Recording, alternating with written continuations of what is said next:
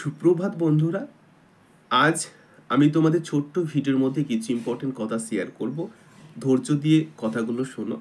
2024-এ অনেকে পরীক্ষা দিয়েছিলে কিন্তু চান্স পাওনি, এই কারণে 2025-এর জন্য প্রস্তুতি নিচ্ছ। তোমাদের অনেকে একসঙ্গে পরীক্ষা দিয়েছিলে 2024-এ, অনেকে তোমার বন্ধুবান্ধব পেয়ে গেছে, তুমি পাওনি বলে 2025-এর জন্য প্রস্তুতি নিচ্ছ। এবং যারা ফ্রেশার আছো তারাও 2025-এর জন্য প্রস্তুতি নিচ্ছ। আমি সকলকে বলবো একটু মনোযোগ দিয়ে প্রস্তুতি নেওয়ার।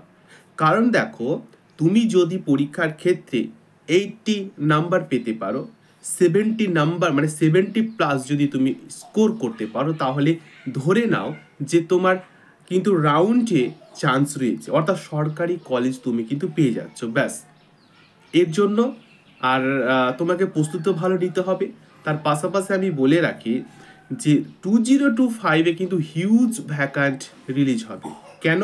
একটাই কারণ হচ্ছে 26-এ তোমাদের বিধানসভা ইলেকশন আছে, আর তাকে ফোকাস করে কিন্তু তোমরা জানো যে সরকার কিন্তু প্রত্যেকটা ডিপার্টমেন্টে একটা হিউজ ভ্যাকান্টের সাথে বিজ্ঞপ্তি রিলিজ করবে।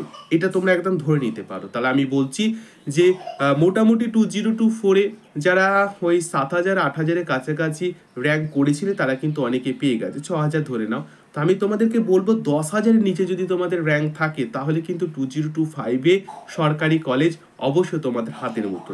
তো ব্যাপারটা হচ্ছে 70 স্কোর কী করে করবে, 80 স্কোর কী করে করবে, তারও ভিডিও আমি আমার ইউটিউব চ্যানেলে পোস্ট করে দিয়েছি। 6টা সাবজেক্ট রয়েছে তোমাদের, 6টা থেকে কোন পেপার থেকে কত স্কোর করতে হবে, কি করে স্টাডি তুমি করবে, সেলফ স্টাডি যারা করছো কি করে খুব সহজে নাম্বার পাবে, তার প্রত্যেকটা ভিডিও কিন্তু বলা আছে, একটু চেক আউট করে নিও। আর যারা ইংলিশের জন্য ভয় করছো, ম্যাথের জন্য যারা ভয় করছো, তোমাদের জন্য ক্লাস হচ্ছে, ক্লাসগুলো দেখো।